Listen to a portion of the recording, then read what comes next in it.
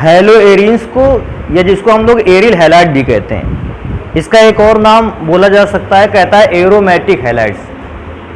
तो उनके भौतिक गुण आज हमें पढ़ने हैं। एरोमेटिक हैलाइड्स में ज़्यादातर हम लोगों के यहाँ फॉर्मूला क्या मिलता है, ज़्यादातर फॉर्मूला आता है या तो C6H5 सिंगल बॉन्ड X, या तो ये फॉर्मूला दे देता है, या इसी फॉर्मूले को एक और प्रकार से लिखा जा सकता है, आपके सामने C6H5 का स्ट्रक्चर बना देता है और ऊपर सिंगल बॉन्ड कर देता है, या इसी फॉर्मूले को एक और प्रकार से लिखा जा सकता है, देखो arene formula single bond X और अल्टरनेट डबल बॉन्ड का यूज कर देता है। तो हमें इन टाइप के कंपाउंड जो आते हैं इनके क्या पढ़ने हैं, भौतिक गुण पढ़ने हैं। अच्छा, इसका भौतिक गुण पढ़ने से पहले स्ट्रक्चर का जान लेना जरूरी रहता है। स्ट्रक्चर अगर पता होता है भौतिक गुण ज़्यादा परेशान नहीं करता है। तो भौतिक गुणों को अगर मैं पढ़ना स्टार्ट करता हूँ एक एक करके, तो सबसे पहला भौतिक गुण तो है कि जो हैलो एरिन्स होते हैं, हैलो एरिन्स को लिखते हैं किससे हैं, RH से। तो उसके विषय में लिखेंगे अगर बात, तो लिखा है ARX रंगहीन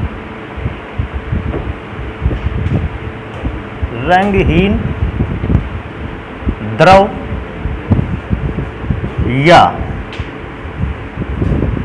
क्रिस्टलीय ठोस पदार्थ होते हैं। तो पहला भौतिक गुण ये है कि अगर कभी आप हैलो एरिन्स को पाओगे तो हैलो एरिन्स या तो रंगहीन द्रव पदार्थ होगा और या तो क्रिस्टलीय ठोस पदार्थ होगा। तो रंगहीन द्रव या फिर क्रिस्टलीय ठोस पदार्थ होता है, पदार्थ होता है। जितना भी हैलो एरिन्स आपको मिलता है या तो आपको क्रिस्टलीय ठोस पदार्थ के रूप में दिखेगा या तो द्रव के रूप में दिखेगा। इन दोनों ही कंडीशन में उसका कोई रंग नहीं होगा, रंगहीन होगा। पहला भौतिक गुण तो ये है। अब बेटा आ जाते हैं दूसरे भौतिक गुण पर। तो भौतिक गुण पर देखो ये पहचान लिखी जा सकती है, क्या लिखी जा सकती है, AR सिंगल बॉन्ड X, अर्थात जो हैलो एरिन होते हैं ये पहली खासियत या पहली विशेषता तो है ये जलने पर धुआं देते हैं।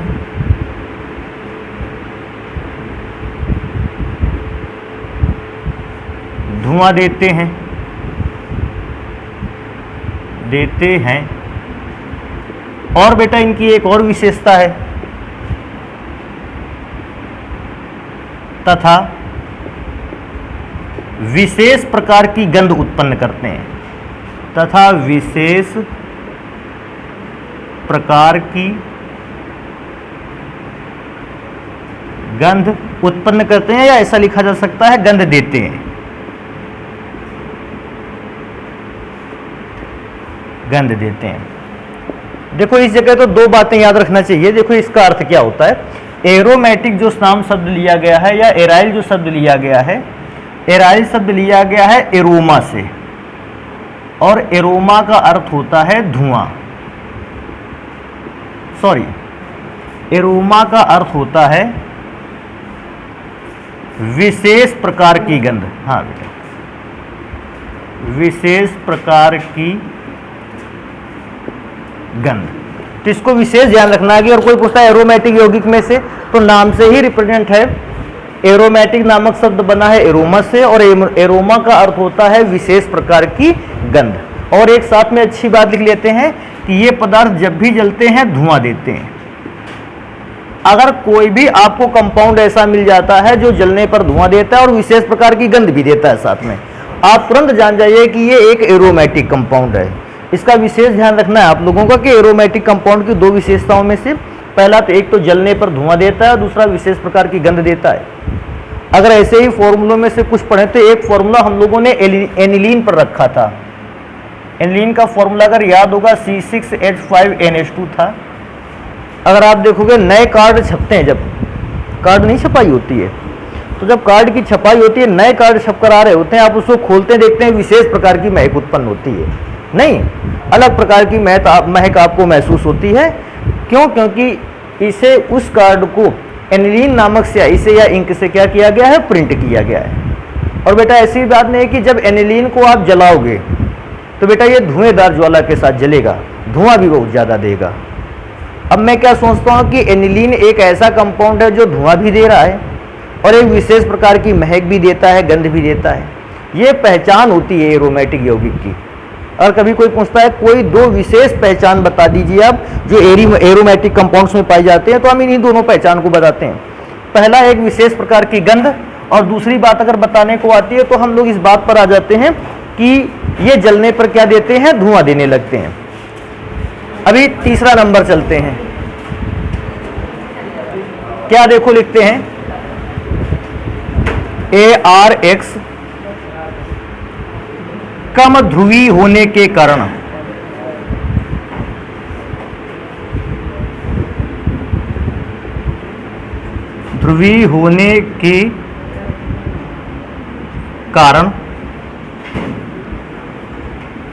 जल में अल्प घुलनशील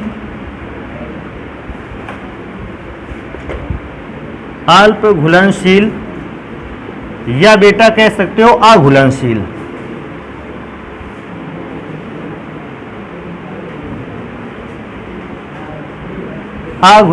होते हैं। देखो ये दोनों शब्द कैसे क्यों लिख दिए गए कि अल्प भी घुलनशील होता है और अघुलनशील भी। कभी भी जब एक पदार्थ किसी दूसरे पदार्थ में बहुत कम मात्रा में घुले तो फिर अब आप उसको चाहे अल्प घुलनशील कह दें या अघुलनशील कह दें। फिर मैं दोबारा से रिपीट कर दूं, जब एक पदार्थ किसी दूसरे पदार्थ में बहुत कम मात्रा में घुलता है तो बहुत कम मात्रा में घुलने को हम ऐसा ही मान लेते हैं कि पदार्थ घुलता ही नहीं है। तो इस बात से बिल्कुल भी परेशान नहीं होना है कि अल्प घुलनशील या अघुलनशील, बहुत कम घुलने को हम अघुलनशील की श्रेणी में डाल देते हैं। और एक बात लिखते हैं कि जल में तो नहीं घुलता है लेकिन परंतु कार्बनिक विलायकों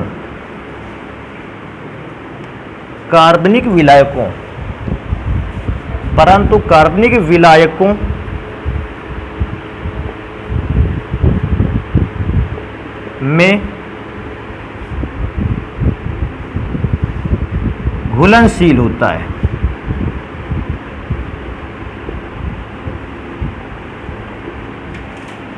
तो देखो एक विशेष बात, देखो यहां पर इसको होता है क्या, होते हैं लिख लेते हैं क्योंकि वहां पर भी ऐसा ही कुछ लिखा गया है। कहता है AR सिंगल बॉन्ड X कम ध्रुवी होने के कारण जल में तो नहीं घुलता है परंतु कार्बनिक पदार्थों में अगर घोला जाए तो वो आसानी से घुल सकता है। कार्बनिक पदार्थों का आप जानते हो, क्लोरोफॉर्म में घुल सकता है, ईथर में घुल सकता है, एल्कोहल में घुल सकता है, लेकिन अगर नहीं घुलेगा तो वो कहां पर नहीं घुलेगा, जल पर। अब वैसे तो इस बात को आसानी से रटा जा सकता है, आपके सामने लिखिए, आप तुरंत बता दीजिएगा इसका कारण कि अल्प ध्रुवी होने के कारण जल में नहीं घुलता। लेकिन क्या है, इसको हम कई तरीके से बता सकते हैं, रीजन बता सकते हैं, उसको सुनते हैं।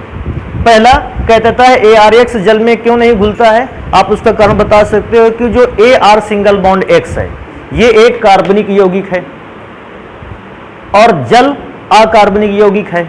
तो कार्बनिक यौगिक अकार्बनिक यौगिकों में घुलते नहीं है, एक ये आंसर दिया जा सकता है।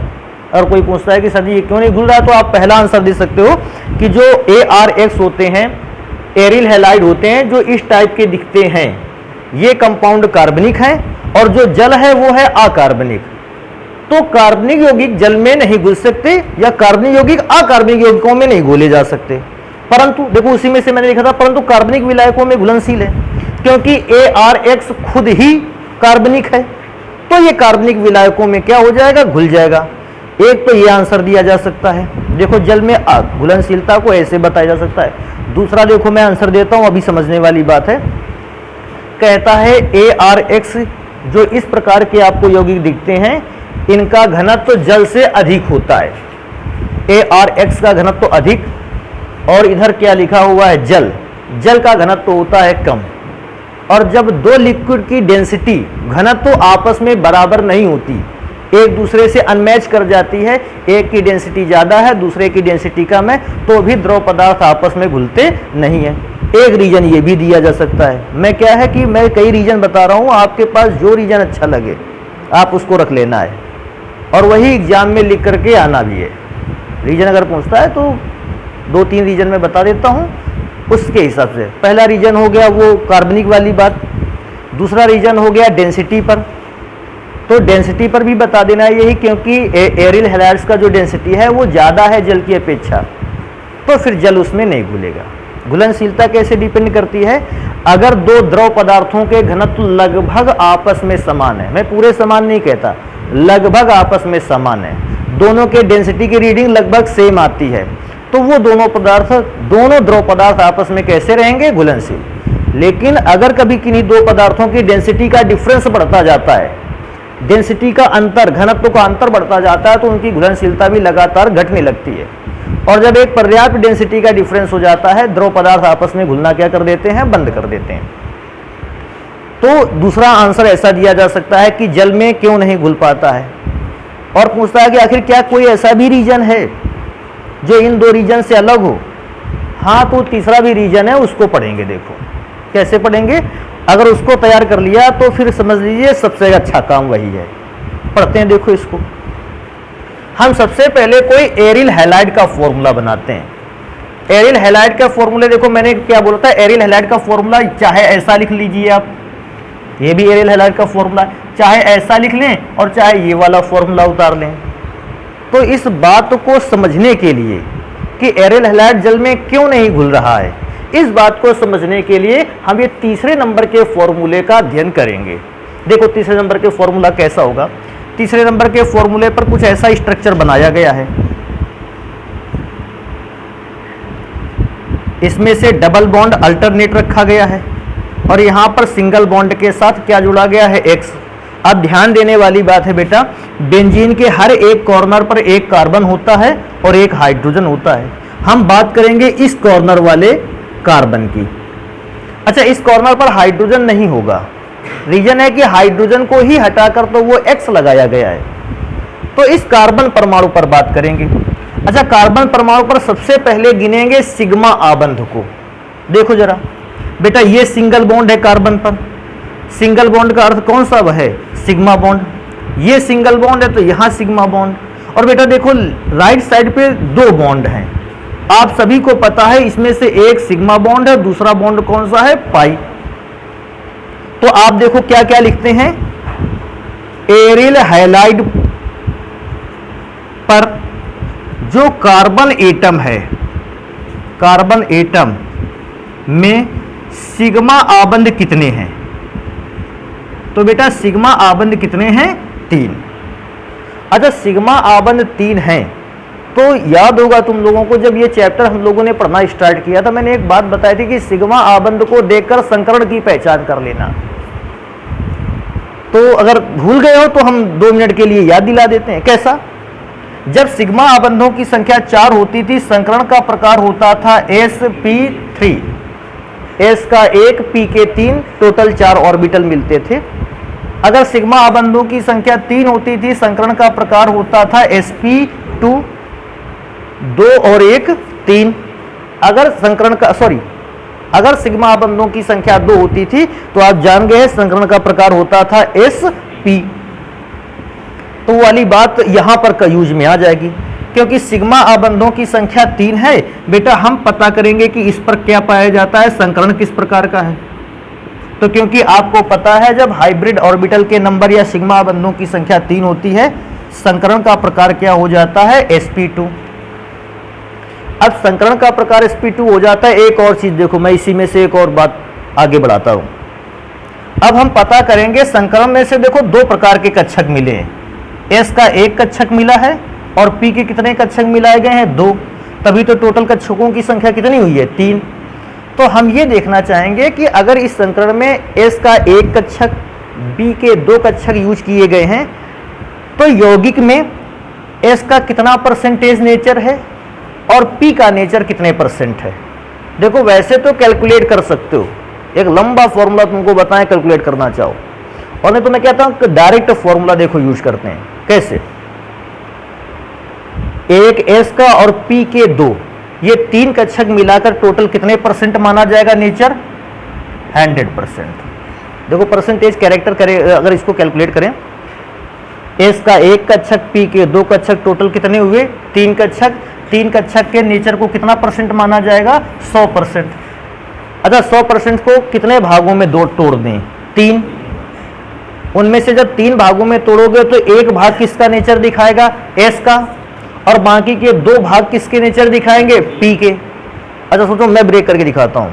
100% को 3 भागों में तोड़ा जाए तो एक भाग की वैल्यू होगी 33.3%, नहीं होगी। इसको अगर 3 भागों में डिवाइड करके देखा जाए तो एक भाग की वैल्यू 33.3% तो ही आएगी, और बाकी के बचे 2 भागों की वैल्यू कितनी आएगी, 66.67%।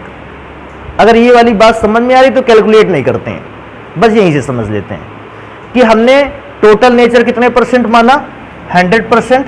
उसमें से एस का एक भाग है और पी के कितने भाग हैं, 2। तो मैं देखूंगा कि एस का कितना परसेंट नेचर है। तो मुझे पता चला कैलकुलेशन के दौरान या अपने दिमाग का यूज करते हुए इस बात को पता चलेगा, एस की जो प्रकृति आ रही, नेचर जो आ रहा है वो है 33.3%। और बेटा जब भी किसी कंपाउंड में एस का नेचर अधिक होता है, अपेक्षाकृत ज्यादा होता है, बेटा उस बॉन्ड की ध्रुवीयता कम होती है। अब कहोगे सर जी इसको ज्यादा कैसे क्यों कह दिया, अब देखो मैं बताता हूं क्यों ज्यादा कह दिया। बेटा बाय चांस कोई ऐसा फॉर्मूला ले लिया जाता जो एरिल हैलाइड ना होता, जैसे CH3X ले लिया जाता, इसमें से बॉन्ड कैसा बनता, CH, यहां H सिंगल बॉन्ड X। इस पे जरा चेक करते हैं कितना संकरण, कितने सिग्मा बॉन्ड होंगे, 1 2 3 4 सिग्मा बॉन्ड होंगे, तो संकरण किस प्रकार का हो जाएगा, sp3।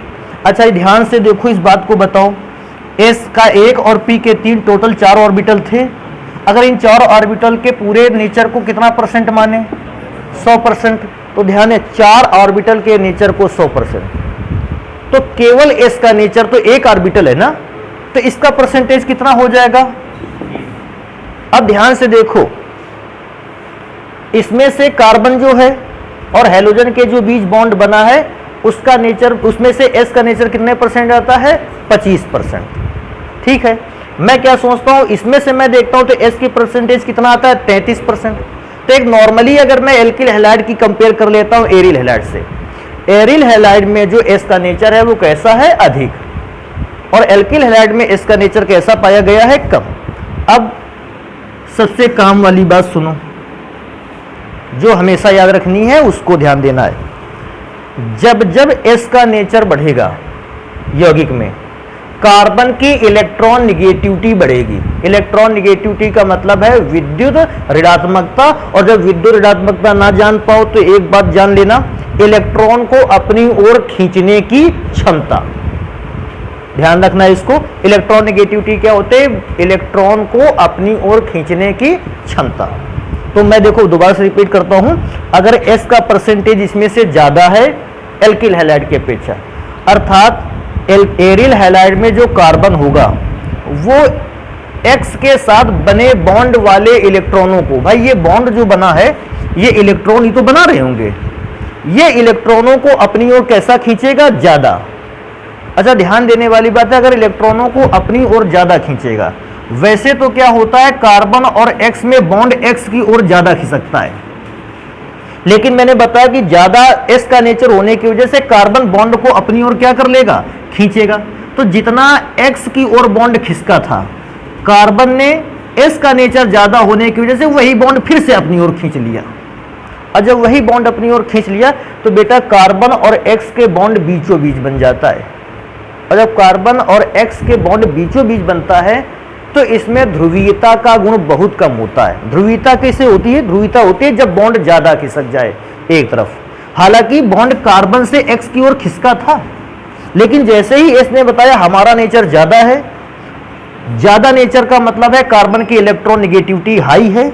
अगर कार्बन की इलेक्ट्रॉन निगेटिविटी हाई है तो वो जो बॉन्ड खिसक रहा था वो बॉन्ड भी X की ओर ना जाके अब दोनों के कहां गया है, बीच में आ गया। और जब दोनों के बीच में आ जाता तो हम कहते हैं ध्रुवीयता का नेचर कैसा है, कम है। और ध्रुवीयता का नेचर कम होने पर यौगिक की क्रियाशीलता जो है वो घट जाती है। जितना कम ध्रुवी उतना ही कम क्रियाशील। अच्छा सोचो, अगर ध्रुवीयता कम हो गई, S की प्रकृति बढ़ने पर ध्रुवीयता कम हो गई तो यौगिक की क्रियाशीलता घट गई। अगर यौगिक की क्रियाशीलता घट गई तो वो जल में घुलेगा या नहीं घुलेगा? तो क्रियाशीलता घट जाने का अर्थ है जल में कैसा है पदार्थ? अघुलनशील है।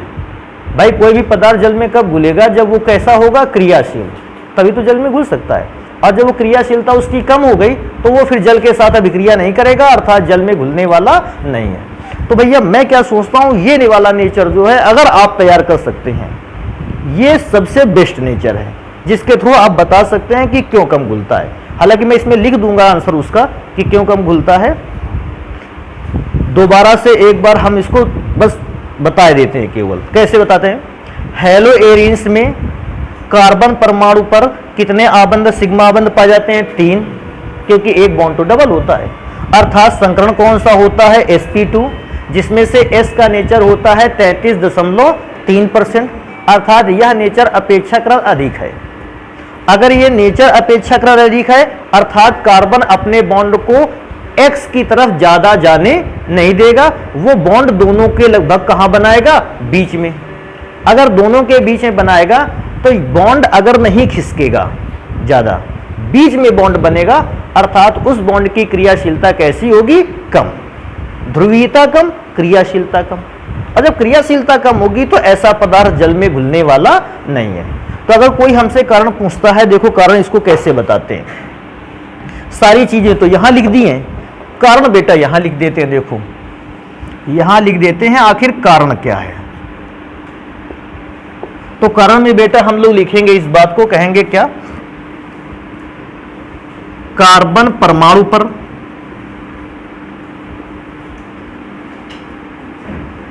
S की प्रकृति या नेचर बोल सकते हो इसी को, S की प्रकृति बढ़ने पर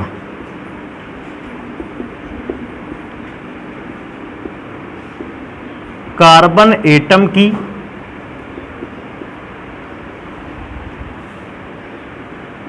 इलेक्ट्रॉन निगेटिविटी अर्थात विद्युत ऋणात्मकता बढ़ती है, जिससे C और X के मध्य बना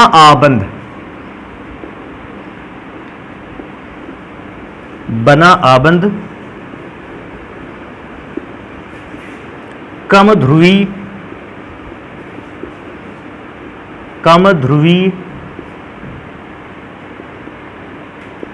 अधिक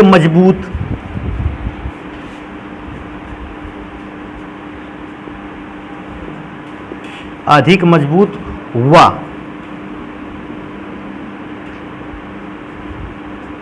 कम क्रियाशील होता है।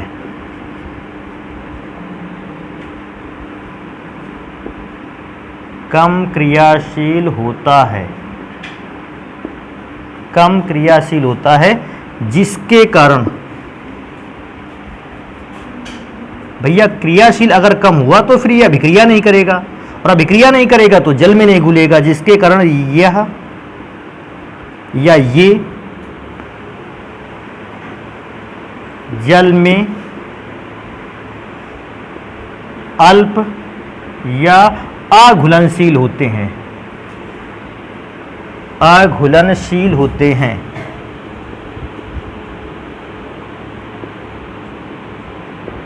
तो जल में अघुलनशीलता को रिप्रेजेंट करने के लिए मेरे हिसाब से ये कारण सबसे बेस्ट है।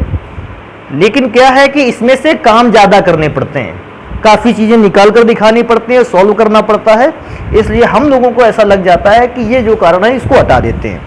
घनत्व का कारण बेस्ट था ना, तुरंत बता देते हैं घनत्व में ज्यादा अंतर होता है इसलिए जल में घुलनशील नहीं है। लेकिन मैं क्या सोचता हूं, ये कारण भी आप तैयार करके रखें, क्योंकि अभी आने वाले कुछ समय में हम इसको दोबारा से पढ़ेंगे, इस चीज को एक जगह और इसका यूज आएगा।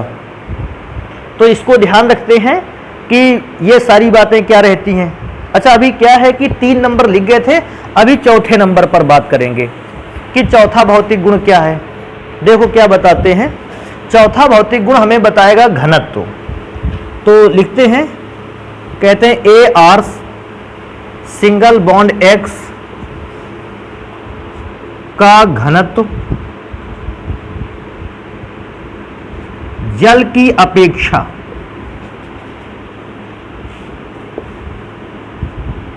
अधिक होता है।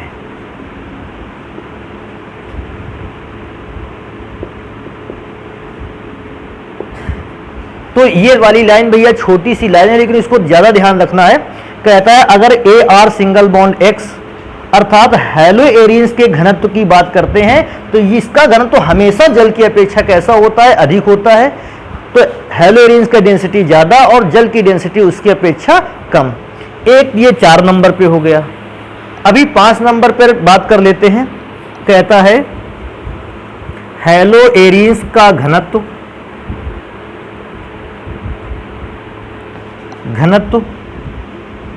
AR सिंगल बॉन्ड F से लेकर AR सिंगल बॉन्ड I तक बढ़ता है।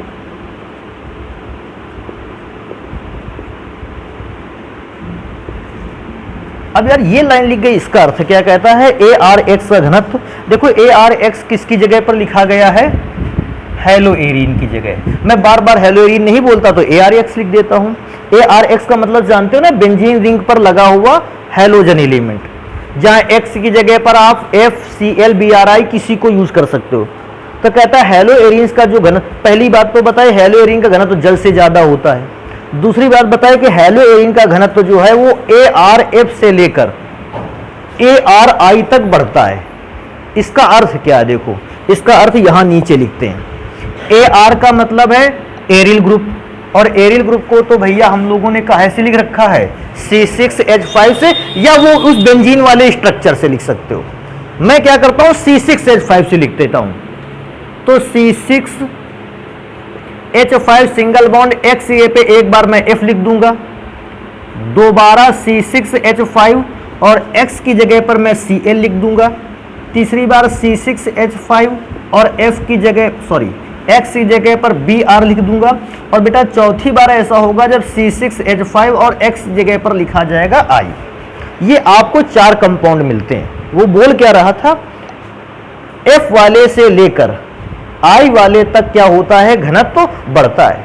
अर्थात सबसे कम घनत्व होता है फ्लोरोबेंजीन का, फिर इससे ज्यादा घनत्व होता है क्लोरोबेंजीन का, फिर इससे भी ज्यादा घनत्व होता है ब्रोमोबेंजीन का, और फिर इससे भी ज्यादा घनत्व होता है आयोडोबेंजीन का। तो इस प्रकार से डेंसिटी चलती रहती है। जब भी कभी हमसे घनत्व पूछेगा या उसका क्रम पूछेगा, हम आसानी से बताएंगे कि एरिल हैलाइड में से आयोडोबेंजीन का घनत्व सबसे ज्यादा और फ्लोरोबेंजीन का घनत्व सबसे कम। अगर कोई पूछ भी लेता है आखिर क्यों ऐसा रहा कि आपने आयोडोबेंजीन के घनत्व को सबसे ज्यादा बता दिया, देखो कारण मैं बता देता हूं, समझ में आता है रख लेंगे, इसको लिख लेंगे, नहीं समझ में आता है तो ठीक है। आपको ऑर्डर आना चाहिए, केवल ऑर्डर आपको अच्छे तरीके से तैयार रहना चाहिए कि किसका घनत्व ज्यादा होता है, क्योंकि ऑर्डर की डिमांड रहती है, रीजन बहुत कम पूछा जाता है, लेकिन फिर भी मैं रीजन बता देता हूं। देखो क्या है, इनमें से सारी बातें तो यहीं पर शुरू कर लेते हैं। C6H5 जो चारों पे लिखा है, इसका आकार सेम है सबके लिए। ऐसा कभी नहीं है हो सकता कि C6H5 का आकार उसके लिए बड़ा था, C6H5 का आकार इसके लिए छोटा था।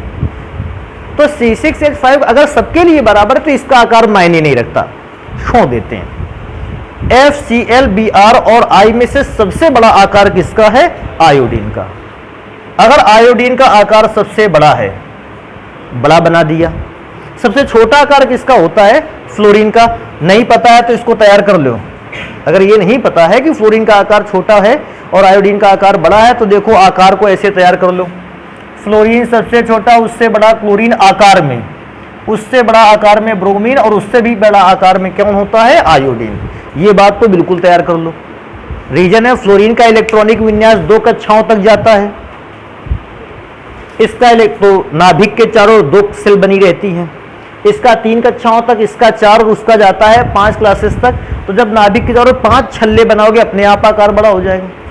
तो आयोडीन का आकार अगर बड़ा हुआ तो देखो, आयोडीन का अगर आकार बड़ा है तो आयोडीन अपनी सतह बड़ी होने के कारण वो बहुत सारे लंदन फोर्स या वांडर वाल्स बंद बना सकता है। और जब बहुत सारे वान डेर वाल्स फोर्स बनेंगे तो ज्यादा से ज्यादा वान डेर वाल्स फोर्स का बनना ही घनत्व को क्या कर देता है, बढ़ा देता है। अच्छा, ध्यान देने वाली बात है फ्लोरीन पर, ये तो आयोडीन का था। अब बेटा फ्लोरीन पर बात कर लेते हैं, क्योंकि फ्लोरीन के खुद परमाणु का आकार छोटा है। अगर मैं इसकी सरफेस का एरिया देखूंगा तो सरफेस का एरिया कम है, और आप सभी इस बात को जानते हैं कि जब सरफेस का एरिया कम होता है, पृष्ठीय क्षेत्रफल कम होता है, तो फ्लोरीन अपने ज्यादा वान डेर वाल्स बंध को बना नहीं सकता है। और जब वान डेर वाल्स बंध ज्यादा नहीं बनेंगे तो जो कंपाउंड की पैकिंग होती है ये पास पास नहीं हो पाती है। भाई वान डेर वाल्स फोर्स बंदी बने ही नहीं, पैकिंग दूर दूर हो गई, और जब पैकिंग दूर दूर हो गई तो घनत्व अपने आप क्या हो जाता है, घट जाता है। भाई घनत्व के लिए एक सूत्र नहीं पड़ा, द्रव्यमान बटे आयतन, आयतन बढ़ गया तो घनत्व घट जाएगा, ऐसी बात पड़ी है। और जब पैकिंग अच्छी नहीं होगी क्योंकि वान डेर वाल्स फोर्स है, तो फ्लोरीन के ये एटम एक दूसरे से कैसे होंगे, ज्यादा दूरी पर होंगे, और जब ज्यादा दूरी पर होंगे तो इनका घनत्व क्या हो जाएगा, कम। तो फ्लोरीन युक्त हैलोजन फ्लोरीन युक्त एरोमेटिक कंपाउंड का जो डेंसिटी है वो कम है, because of size of fluorine, size छोटा है, कम वान डेर वाल्स बल बताता है। आयोडीन का घनत्व क्यों ज्यादा है, इसके पास साइज बड़ा है, सरफेस एरिया ज्यादा है, अधिक से अधिक वान डेर वाल्स फोर्स बना सकता है, लगा सकता है, इसलिए इसके कारण इसका घनत्व कैसा होता है, अधिक होता है। तो घनत्व किस पर डिपेंड कर रहा है, वान डेर वाल्स फोर्स पर। वान डेर वाल्स फोर्स किस पे डिपेंड कर रहा है, सरफेस एरिया पर। तो अगर आपसे कभी ऐसा क्वेश्चन आ जाता है, मैं इसको हटा देता हूं, अगर ऐसा कभी क्वेश्चन आ जाता है तो उसको ये बताइए कि आकार के बेसिस पर ये काम चलने वाला है। लेकिन अभी प्रॉब्लम और क्रिएट होगी, 5 नंबर हो गए भैया, 6वां नंबर इधर लिख लेते हैं। अब 6वें नंबर को भैया पहले सुन लेते हैं, फिर इस पर बात करते हैं कि क्या है। 6वें नंबर पे कहता है, क्या बोलता है, कहता है AR सिंगल बॉन्ड X के MP, MP का मतलब समझते हो ना, मेल्टिंग पॉइंट, अर्थात इसको कहते हैं गलनांक, व BP, BP का मतलब जानते हो ना, बॉइलिंग पॉइंट अर्थात क्वथनांक के बढ़ने का क्रम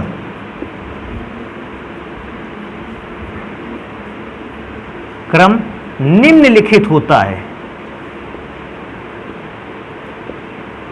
बढ़ने का क्रम निम्नलिखित है, और बढ़ने का क्रम क्या है इसको भी देख लेते हैं। घनत्व के बढ़ने का क्रम तो देख लिया, लेकिन मेल्टिंग पॉइंट और बॉइलिंग पॉइंट के भी बढ़ने का क्रम देख लेते हैं। तो बेटा मेल्टिंग पॉइंट और बॉइलिंग पॉइंट के भी बढ़ने का क्रम यही है, सिंगल बॉन्ड F। फ्लोरोबेंजीन का मेल्टिंग पॉइंट और बॉइलिंग पॉइंट सबसे कम, इससे ज्यादा होता है मेल्टिंग और बॉइलिंग पॉइंट क्लोरोबेंजीन का, इससे भी ज्यादा होता है ब्रोमोबेंजीन का, और बेटा सबसे मेल्टिंग पॉइंट और बॉइलिंग पॉइंट ज्यादा होता है आयोडोबेंजीन का, C6H5 सिंगल बॉन्ड I, इसको भी ध्यान रखना है। अच्छा, इसका भी कारण पूछेगा, क्या कारण है, सेम रीजन देना है। क्या बताना है कि क्या होता है कि C6H5F अर्थात फ्लोरोबेंजीन से आयोडोबेंजीन की ओर चलने पर हम देखते हैं कि अणुओं का आकार लगातार क्या होता है, बढ़ता है। और क्योंकि अणुओं का आकार लगातार बढ़ता है, अणुओं के बीच बॉन्डिंग कैसी हो जाती है, अच्छी होती है। अच्छा, अच्छी क्यों होती है, क्योंकि ज्यादा से ज्यादा वान डेर वाल्स फोर्स लगाए जा सकते हैं। तो अणुओं के बीच के बॉन्ड कैसा होता है, मजबूत। अगर बॉन्ड मजबूत हुआ तो सोचो उसे तोड़ने के लिए एनर्जी कैसी देनी पड़ेगी, ज्यादा। और ज्यादा एनर्जी कैसे आएगी, कम टेम्परेचर से कि अधिक टेम्परेचर से, अधिक टेम्परेचर से। और अधिक टेम्परेचर से आएगी अगर एनर्जी, तो लेफ्ट टू राइट चलने पर बेटा गलनांक और गलनांक भी क्या होंगे, बढ़ेंगे। अच्छा, इसका एक बार मैं इसका अकेले बता देता हूं। C6H5 का हैलो एरीन में सबसे बड़ा आकार है, इसलिए सबसे अधिक बॉन्ड बनाएगा, सबसे मजबूत बॉन्ड बनाएगा। और इसके सबसे मजबूत बॉन्ड को तोड़ने के लिए सबसे ज्यादा ऊर्जा भी चाहिए, और सबसे ज्यादा ऊर्जा को क्रिएट करने के लिए टेम्परेचर कैसा होना चाहिए, सबसे ज्यादा होना चाहिए। और जब बेटा इसको तोड़ने के लिए सबसे ज्यादा टेम्परेचर दे रहे हो, तो गलनांक और क्वथनांक एक प्रकार का टेम्परेचर ही तो है। इसका मतलब इसके लिए टेम्परेचर ज्यादा लगा, इसका गलनांक और क्वथनांक भी कैसा होगा, अधिक। इसकी बात देखो बता देते हैं, नहीं समझ में आएगा हम पूरी लाइन लिख देंगे। लेकिन समझ में आ जाता है, बेस्ट है यही तरीका। C6H5F फ्लोरोबेंजीन का आकार जो है वो हैलोएरिन्स में सबसे छोटा है। अगर सबसे छोटा है तो ये अपने चारों ओर वांडर वाल्स फोर्स कैसे लगाएगा, ज्यादा की कम लगाएगा, कम। अच्छा, कम फोर्स लगाएगा तो बॉन्ड वीक हो जाएगा, कमजोर हो जाएगा। भाई फोर्स कम लगा पा रहा है अर्थात कमजोर बॉन्ड बना रहा है, और बॉन्ड कमजोर बनेगा तो इसको तोड़ने के लिए ऊर्जा कैसी चाहिए, कम। और बेटा कम ऊर्जा के लिए हमें ताप बढ़ाना पड़ेगा कि ताप कम ही रखना होगा, कम ताप रखना पड़ेगा। भाई कम अगर ऊर्जा को चाहिए तो कम टेम्परेचर रखेंगे, और कम टेम्परेचर रखने का अर्थ है इसका मेल्टिंग और बॉइलिंग पॉइंट दोनों क्या है, कम, क्योंकि मेल्टिंग और बॉइलिंग पॉइंट एक प्रकार के क्या होते हैं, टेम्परेचर। तो इसको लाइन को 6वें नंबर को भैया तैयार रखना है। 7वें नंबर को एक और तैयार रखना है। क्या रखना है 7वें नंबर पर तैयार रखना है, पैरा कंपाउंड्स। कंपाउंड का मतलब होता है यौगिक। पैरा कंपाउंड्स KMP व BP सबसे अधिक होते हैं। अब बेटा इसका अर्थ क्या है कि पैरा कंपाउंड के MP और BP सबसे अधिक होते हैं। इसको देखो एक एग्जाम्पल के थ्रू समझेंगे, वही समझ में आएगा। हमारे पास दो यौगिक हैं और दोनों यौगिकों में डिफरेंस क्या है, एक जगह पर क्लोरीन ऑर्थो पोजीशन पर लगा है, एक जगह पर क्लोरीन जो है वो पैरा पोजीशन पर लगा है। पोजीशन की तो पहचान होगी। अब पूछता है आपके पास क्वेश्चन आता है, देखो ये भी है डाइक्लोरोबेंजीन, ये फॉर्मूला भी डाइक्लोरोबेंजीन है क्योंकि 2 बार क्लोरीन है बेंजीन के सूत्र में, इसका मतलब दोनों हैं तो डाइक्लोरोबेंजीन। लेकिन कहता है इनमें से किसका कथनांक और किसका गलनांक जो है वो ज्यादा है। तो बेटा मैंने पहले ही लिख रखा है कि पैरा कंपाउंड्स के MP व BP सबसे कैसे होते हैं, अधिक होते हैं। अच्छा उसका भी रीजन है, कहता है क्यों ऐसा है, आखिर ये प्रॉब्लम क्यों क्रिएट हुई, जरा ध्यान देना। यहां कार्बन और क्लोरीन के बीच बॉन्ड बना है, तो बॉन्ड क्लोरीन की ओर खिसका हुआ होगा, तो क्लोरीन पर आंशिक रूप से ऋणावेश और कार्बन पर आंशिक रूप से धनावेश। यहां देखो क्लोरीन पर आंशिक रूप से ऋणावेश और कार्बन पर आंशिक रूप से धनावेश। ध्यान देने वाली बात है, ये ऋणावेश और ये ऋणावेश, ये दोनों एटम एक दूसरे के बहुत क्या है, समीप। तो बहुत समीप होने के कारण ये आपस में ही एक दूसरे को क्या ये करता है, प्रतिकर्षित करते रहते हैं। सोचो अगर ये आपस में ही एक दूसरे को प्रतिकर्षित करने में लग जाएंगे तो ये दूसरे अणुओं को आकर्षित नहीं कर पाएंगे। देखो मैं दोबारा से रिपीट कर देता हूं क्योंकि ये सारी बातें जो है वो दोबारा से समझ लेनी चाहिए।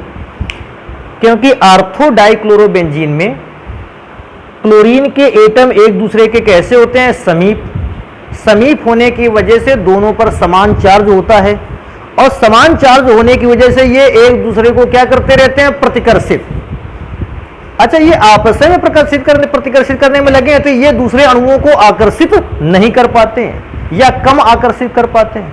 सोचो अगर ये कम आकर्षित कर पाएगा, कम आकर्षण बल लगाएगा, तो बल कमजोर होने की वजह से हम इसको कम टेम्परेचर में इस बॉन्ड को क्या कर देंगे, ब्रेक कर देंगे, और इसका गलनांक और क्वथनांक दोनों कैसा हो जाएगा, कम। लेकिन दूसरा चलते हैं पैरा डाइक्लोरोबेंजीन में। सोचो थोड़ी देर के लिए, इस पर आंशिक रूप से ऋणावेश आया, इस पर आंशिक रूप से ऋणावेश आया, ये पहले से ही बहुत अधिक दूरी पर है, बिल्कुल अपोजिट डायरेक्शन में। तो ये स्वयं को प्रतिकर्षित करने में अपनी एनर्जी खर्च नहीं करेंगे, कहेंगे भैया हम इतनी दूर हैं कि हम उसको कहां से प्रतिकर्षित करें।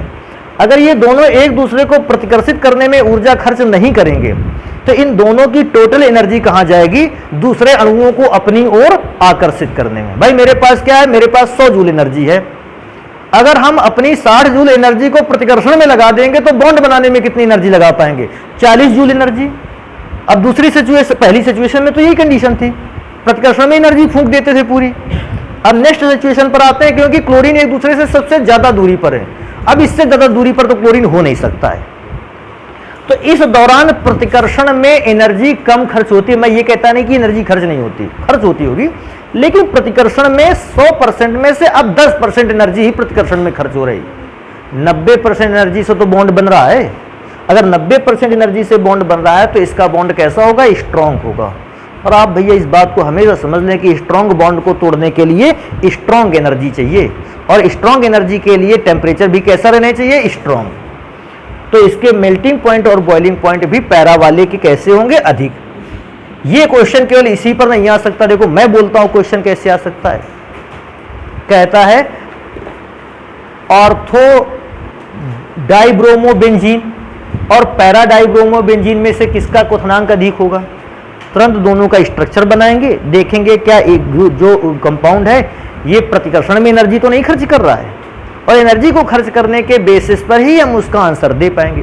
तो पैरा डाइब्रोमोबेंजीन जो होता है बेटा, ये एक ऐसा फॉर्मूला होता है जिसका गलनांक और क्वथनांक ज्यादा होने वाले हैं। तो मैंने क्लोरो पर बताया इस बात को, ब्रोमो और आयोडो पर आप खुद समझ लीजिए, उसको बताने की जरूरत नहीं है। तो मैं क्या सोचता हूं, लास्ट बात, खुद अब क्लोरीन समूह नजदीक होते हैं, ये एक दूसरे को प्रतिकर्षण में अपनी एनर्जी ज्यादा खर्च कर देते हैं, दूसरे अणु को अपने साथ बॉन्ड बनाने में एनर्जी इसको कैसी मिलती है, कम। लेकिन पैरा में से क्योंकि क्लोरीन एटम बहुत दूर है, ये प्रतिकर्षण में एनर्जी इनकी खर्च होती है बहुत कम। ज्यादा से ज्यादा एनर्जी से ये क्या बनाते हैं, बॉन्ड बनाते हैं, और ज्यादा से ज्यादा एनर्जी से बॉन्ड बनाए, इसलिए इनका क्वथनांक और गलनांक अपेक्षाकृत अधिक है। तो एक काम करेंगे, इसको नोट करेंगे और फिर नेक्स्ट भौतिक गुण की ओर चलते हैं। लिखा हुआ है हैलोएरिन्स में से जो कार्बन और हैलोजन एलिमेंट्स के बीच में सिंगल बॉन्ड बनता है उसकी तुलना करनी है हमें। और किससे तुलना करें भाई, तुलना के लिए दो चीजें होनी चाहिए। तो मेरे पास एक और कार्बन और हैलोजन के बीच में बॉन्ड है, लेकिन वो बॉन्ड किसके है, R और X, अर्थात एल्किल हैलाइड के बीच में। तो हमें एरिल हैलाइड और एल्किल हैलाइड में से कार्बन और हैलोजन के बीच जो बॉन्ड बने होते हैं उन दोनों बॉन्ड की तुलना करनी है, उस बॉन्ड की तुलना इस वाले से करनी है। तो मैं तुलना करने से पहले रिजल्ट घोषित कर देता हूं। कैसा रिजल्ट बना देता हूं, तो भैया मैं सबसे पहले यहीं पर बता दूंगा रिजल्ट क्या है, और फिर इस बात पर चर्चा करेंगे कि सर जी ने रिजल्ट लिखा क्यों, आखिर क्या रीजन हो सकता था। तो भाई रिजल्ट लिखे देते हैं, देखो क्या बताते हैं। AR सिंगल बॉन्ड X में जो कार्बन और हैलोजन के बीच आबंध, R सिंगल बॉन्ड X में कार्बन और हैलोजन के बीच आबंध से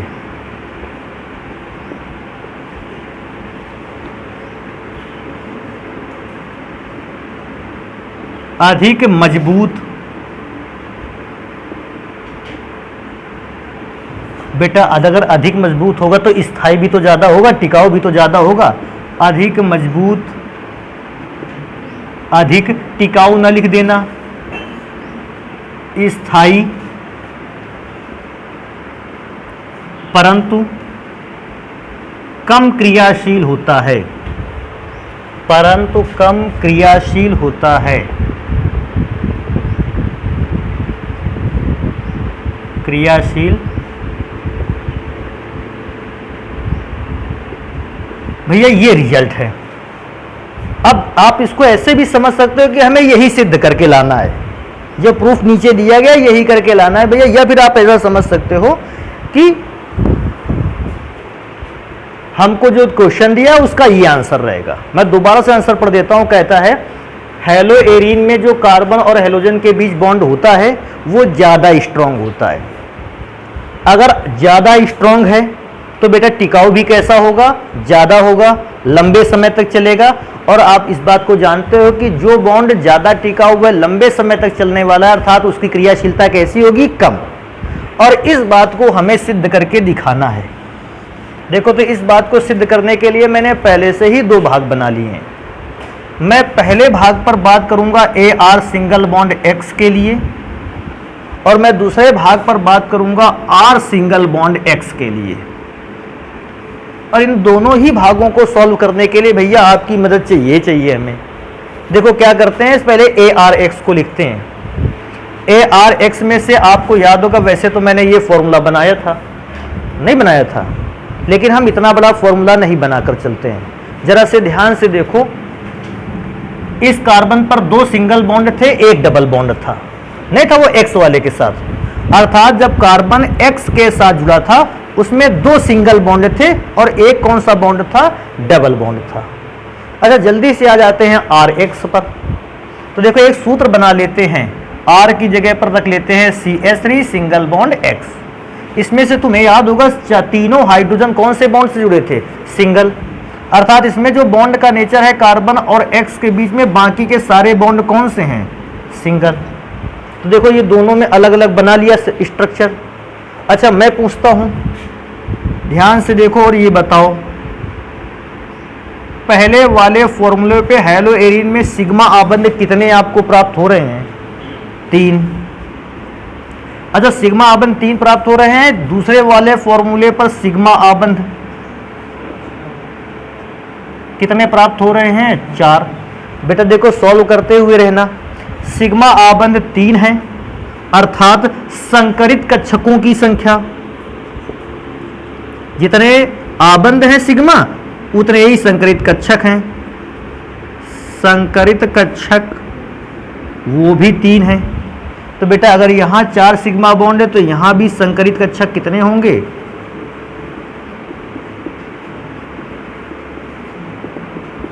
4। अच्छा संकरित कक्षक अगर पता चल गए तो भैया संकरण भी पता कर सकते हो। 3 कक्षकों पर संकरण का प्रकार होता है sp2 और बेटा 4 कक्षकों पर संकरण का प्रकार होता है,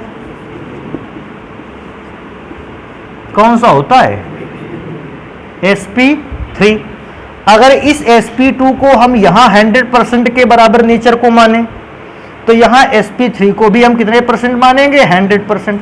भाई किसी यौगिक में जब संकरण होता है तो संकरण का कुल जो नेचर होता है वो 100% ही माना जाता है। भाई आप लोगों का भी तो एग्जाम हुआ, एग्जाम में टोटल नंबर को कितना परसेंट मानते हो, 100% नहीं मानते हो।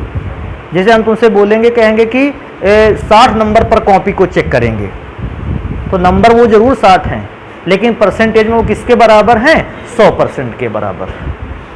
तो भैया मैंने माना कि दोनों पर का संकरण हुआ तो वो 100% की वैल्यू रखता होगा। अगर बच्चा कोई भी ऐसा लगे उसको कि सर जी हम इसमें से ये नहीं जान पाते कि S का नेचर 33.3% कैसे लिख गया, हम बता सकते हैं उसको। देखो कैसे ये सॉल्व, हालांकि ये सॉल्व करना कक्षा 6, 7, 8 के बच्चों का काम है। S कितना है, 1, इसको कितना मान लिया, S बराबर x, और P का भी वैल्यू कितना मान लिया, x। तो देखो 1x तो S का हो गया, फिर 2x हो गए किसके, P के, ये 100% के बराबर। 3x is equal to 100, then x is equal to 33.3%। Solution खतरनाक है, लेकिन भैया मुझे नहीं लगता कोई कठिनाई होगी इसमें से। ऐसे नेचर वैसे निकालते हैं, लेकिन क्योंकि बेटा आप लोग इंटर में हो, अब इतनी सारी चीजें कैलकुलेट थोड़ी करते ही घूमे हुए भैया, इसकी चीजों को देखो मन में ही सॉल्व किया। sp2 का मतलब है 1s का, और p के कितने, 2, 3 बने, 3 की वैल्यू कितने परसेंट है, 100%। तो भैया s का नेचर अगर निकालना है तो s की वैल्यू 1 है ना, 3 की वैल्यू 100, तो 1 की वैल्यू कितनी हो गई, 33.3। तो भैया हम यहां लिखे देते हैं s की प्रकृति, s का नेचर जो है वो है 33.3%। भैया उधर भी चले जाते हैं, उधर चले जाते हैं, लिखते हैं S की प्रकृति। और बेटा यहां S की प्रकृति निकालोगे कैसे, देखो मैं बताता हूं। 1s का 3p के टोटल कितने हो गए, 4, 4 की वैल्यू है 100। तो बेटा ध्यान से देख के बताना, S अकेला है ना, तो 1 की वैल्यू कितने परसेंट आएगी, 25%। भाई 4 की वैल्यू 4% बराबर 100। अरे यार ऐसा देखो, ध्यान दो, 4 की वैल्यू जो है वो कितनी है, 100। तो 1 की वैल्यू निकालने के लिए 4 को उधर काय में भेज दो, भाग में, तो कितना आ जाएगा, 25। ऐसे निकाल लो अपना, तो 25% है। आज जब इतनी बातें बेटा पता चल जाए तो भैया ये नीचे वाली लाइन अब मिटा लेनी चाहिए, क्योंकि यहां तो हमें कारण लिखना है। अच्छा ये बताओ, जैसे यहाँ पे S की प्रकृति ज्यादा है, तो S की प्रकृति ज्यादा है तो कार्बन की विद्युत ऋणात्मकता कैसी होगी? अच्छा सोचो, विद्युत ऋणात्मकता अगर अधिक है तो मैंने बताया विद्युत ऋणात्मकता अगर कार्बन की ज्यादा हो जाती है तो ध्रुवीयता कैसी हो जाती है? कम। और बॉन्ड कैसा हो जाता है? मजबूत। तो मैं क्या लिखूंगा कि विद्युत ऋणात्मकता अधिक होती है अर्थात बॉन्ड की जो ध्रुवीयता है वो कैसी हो जाती है? कम। और बेटा ध्रुवीयता कम हो जाना बॉन्ड की मजबूती को रिप्रेजेंट करता है। ध्रुवीयता कम हो जाती है, आबंध मजबूत हो जाता है। और बेटा जब आबंध मजबूत हो जाता है तो आपने लिख रखा है यौगिक ज्यादा स्थायी होता है, टिकाऊ होता है। तो भैया मैं यहां नीचे लिख दूंगा आबंध मजबूत, यौगिक अधिक स्थायी।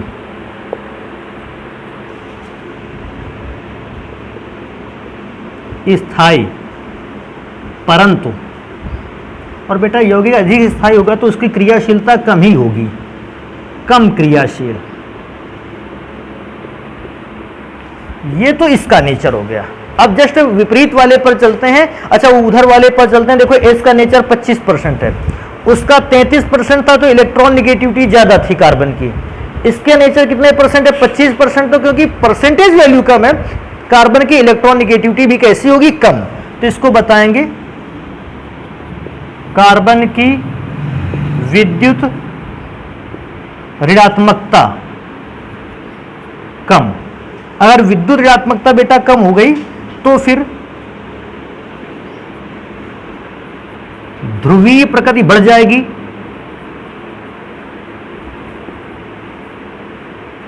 अधिक हो जाएगी। और बेटा जब भी ध्रुवीय प्रकृति बढ़ी है बॉन्ड कमजोर होता चला गया है,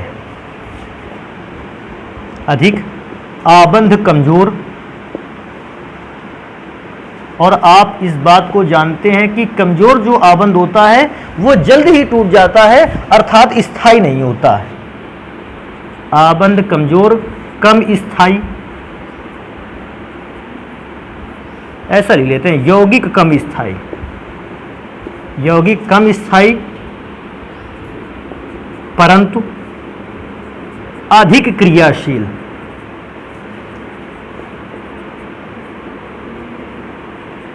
तो बेटा इस प्रकार से आंसर दे सकते हो। लेकिन मेरे पास ये पहली विधि है जिससे हम ये बता सकते हैं कि AR के में से जो कार्बन और हाइड्रोजन के बीच का बॉन्ड होता है ये ज्यादा मजबूत होता है, और RX में जो C और X के बीच बॉन्ड होता है ये कमजोर होता है। ये इसको पहला ऐसा विधि है जिसके द्वारा बताया जा सकता है। मेरे पास एक और विधि है जिससे हम इस बॉन्ड को स्ट्रॉन्ग और RX वाले बॉन्ड को कमजोर बता सकते हैं। तो इसको नोट कर लेते हैं, उस दूसरी विधि पर चलते हैं। देखो बेटा इसी क्वेश्चन का आंसर एक प्रकार से और दे सकते हैं। कैसे दे सकते हैं? अब ये विधि नंबर दूसरी है, तो दूसरी विधि से कैसे दे सकते हैं पहले सुनते हैं। आपने पिछली क्लासेस पर एक आर्टिकल सुना होगा अनुनाद। अब देखो अनुनाद होता क्या है कि कभी कभी क्या होता है कि एक यौगिक एक प्रकार की संरचना नहीं रखता है, बल्कि वो अपनी संरचना को लगातार बदलते रखता है, लगातार बदलते रखता है, चेंज करता रहता है। अगर कोई यौगिक अपनी संरचना को बराबर बदलते रहता है, इसका मतलब है यौगिक के सूत्र भी बदलाव आता रहता है। और जब सूत्र में बदलाव आता रहता है तो हम इस बात को देखते हैं कि यौगिक का केवल एक सूत्र लेकर, भाई यौगिक अगर सूत्र बदलेगा तो सूत्र कैसे हो जाएंगे? कई सारे हो जाएंगे। और उन कई सारे सूत्रों में अगर हम केवल एक सूत्र को ले ले तो हम यौगिक के सभी गुणों को नहीं बता सकते हैं। भाई जब यौगिक 5 सूत्र रखता है, 4 सूत्र रखता है, स्ट्रक्चर रखता है, तो हम उसके एक स्ट्रक्चर से सारे गुणों को बता ही नहीं पाएंगे। तो क्या होता है कि हम उस यौगिक के एक ऐसे स्ट्रक्चर का निर्माण करते हैं, एक विशेष प्रकार के स्ट्रक्चर को बनाकर तैयार करते हैं जो यौगिक के सारे गुणों को क्या कर देता है? बता देता है। तो यौगिक के उन विशेष प्रकार के बनाए गए स्ट्रक्चरों को कहते हैं अनुनादी संरचनाएं। और जिस यौगिक की अनुनादी संरचनाएं अधिक होती हैं वो यौगिक अधिक टिकाऊ होता है। जिस यौगिक की अनुनादी संरचनाएं कम होती हैं वो कम टिकाऊ होता है। तो फिर मैं दोबारा से रिपीट कर दूं, किसी यौगिक जिसमें से संरचना को बदलने का गुण है उसके ज्यादा से ज्यादा संरचनाएं बनाई जा सकती हैं। जितनी अधिक संरचनाएं बनाई जा सकती हैं यौगिक उतना ही स्थायी है, टिकाऊ है, मजबूत है। और यदि यौगिक अधिक टिकाऊ है, मजबूत है तो उसकी क्रियाशीलता कैसी होगी? कम। इस बात को पढ़ने के लिए हम देखते हैं कि क्या एरिल हैलाइड में से क्रियाशीलता कम इसी कारण से होती है। तो देखो एरिल हैलाइड में से इस घटना को पढ़ने के लिए आपको पहले से कुछ इस प्रकार के सूत्र बना लेने चाहिए। कम से कम कितने सूत्र बना लेने चाहिए? 5 सूत्र बना लेने चाहिए। और फिर इस पर पढ़ लेंगे हम लोग।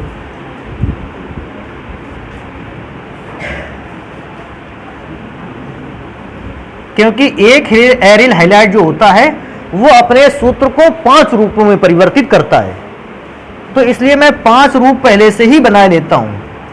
फिर इस बात को पढ़ते हैं कि कैसे वो 5 रूपों में अपने फॉर्मूले को चेंज कर सकता है।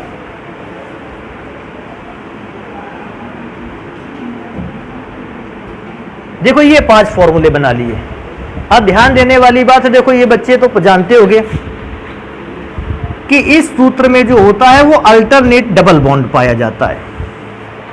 अब अल्टरनेट डबल बॉन्ड पाया जाता है। एक और बात देखो, सुनो, क्लोरीन है ना, अर्थात एक जगह पे तो हेलोजन एलिमेंट आना है।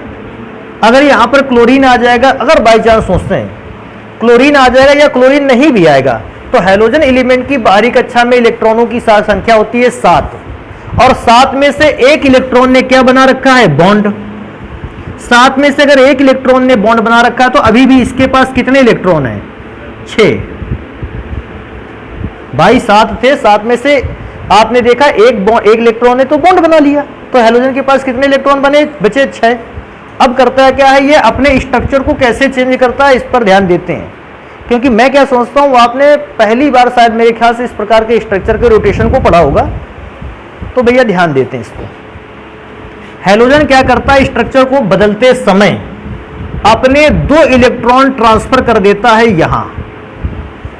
देखो ध्यान देने वाली बात है, अगर अपने 2 इलेक्ट्रॉनों को ट्रांसफर करेगा यहां, तो बेटा यहां इलेक्ट्रॉन जब आएंगे तो हेलोजन और कार्बन के बीच बना लेंगे डबल बॉन्ड। सोचो, अगर मैं क्या सोचता हूं, पहली बार मैं पूरा बनाकर दिखा देता हूं, इसके बाद मैं डायरेक्ट कर दूंगा। अगर इलेक्ट्रॉन यहां ट्रांसफर होंगे, यहां पर अगर डबल बॉन्ड डेवलप हो गया, बनकर तैयार हो गया, तो बेटा जरा ध्यान से देखकर बताओ इस कार्बन पर अब बॉन्ड कितने हो गए? 5। क्यों? पहला, दूसरा, तीसरा, चौथा और ये वाला सिंगल बॉन्ड कितने हो गए? 5। क्या कार्बन पर 5 बॉन्ड बनाए जा सकते हैं? नहीं, और नहीं बनाए जा सकते हैं। इसलिए कार्बन ने क्या किया कि ये जो वाला बॉन्ड अपने इस बॉन्ड को ट्रांसफर करके भेज दिया, कहा कि इस कार्बन पर इलेक्ट्रॉन दे दो।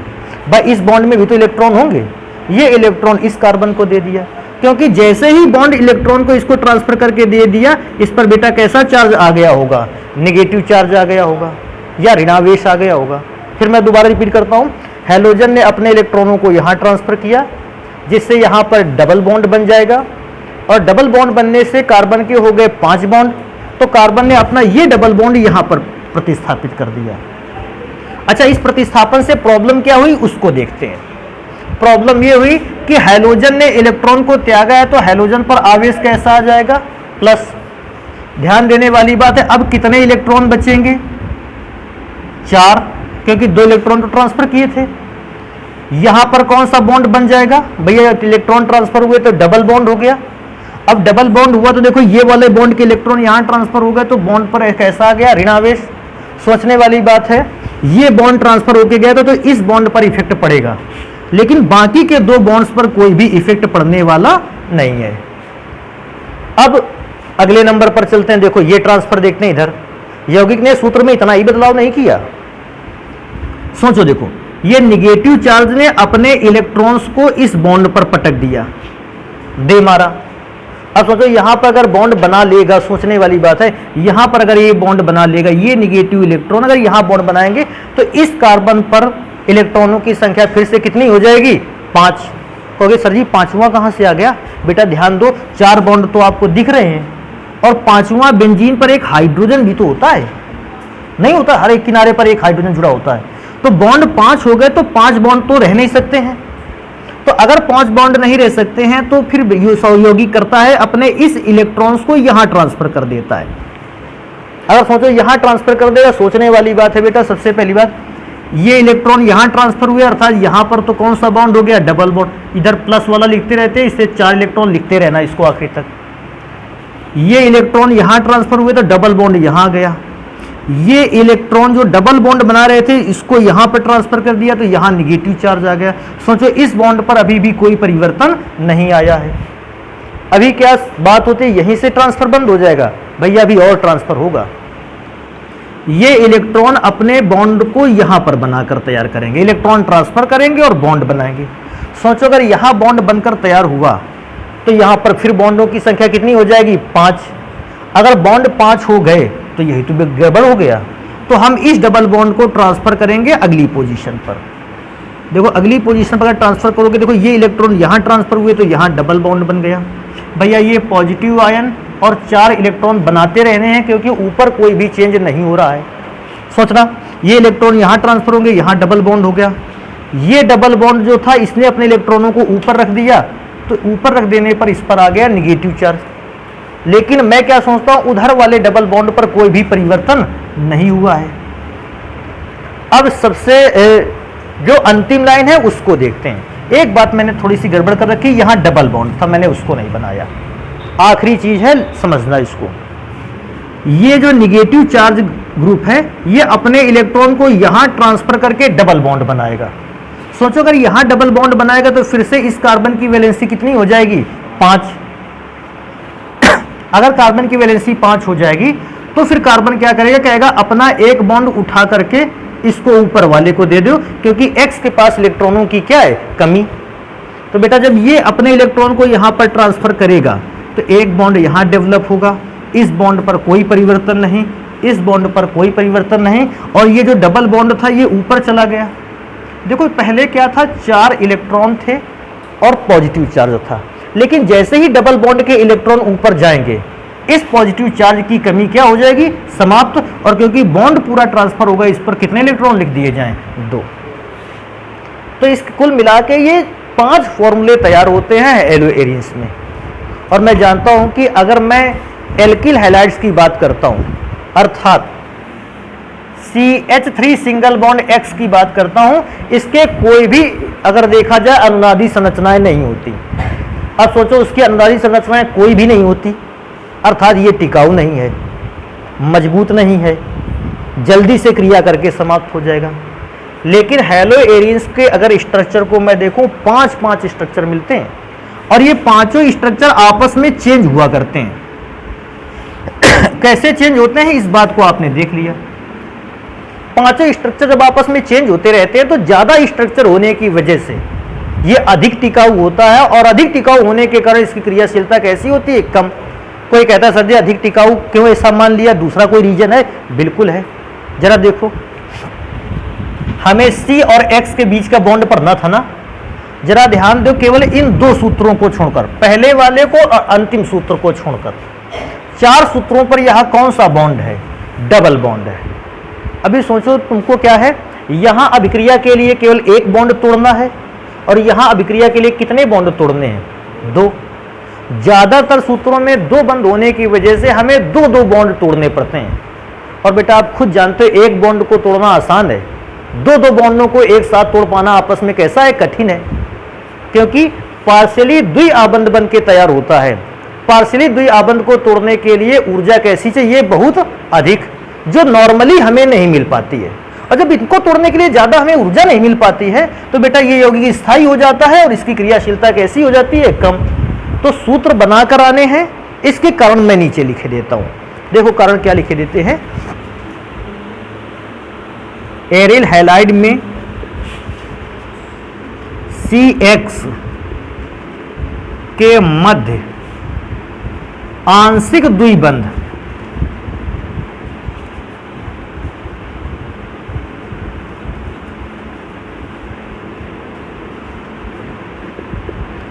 द्विबंध होने के कारण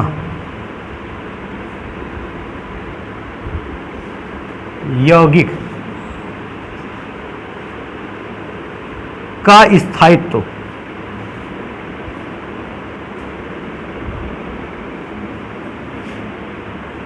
बढ़ जाता है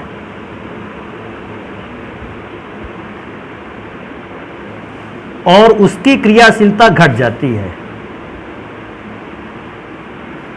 और उसकी क्रियाशीलता घट जाती है। क्रियाशीलता घट जाती है। और अगर ये वाला ना ध्यान रखना चाहो तो एक बात याद रख लो, किसी भी जो यौगिक का स्थायित्व होता है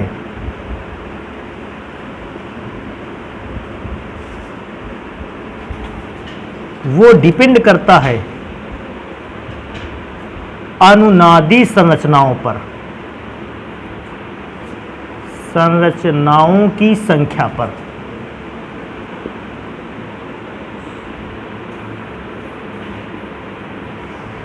तो इस बात को विशेष ध्यान रखना, क्योंकि 5-5 अनुनादी संरचनाएं बनाता है, ज्यादा अनुनादी संरचना की वजह से यौगिक का स्थायित्व भी अधिक होता है।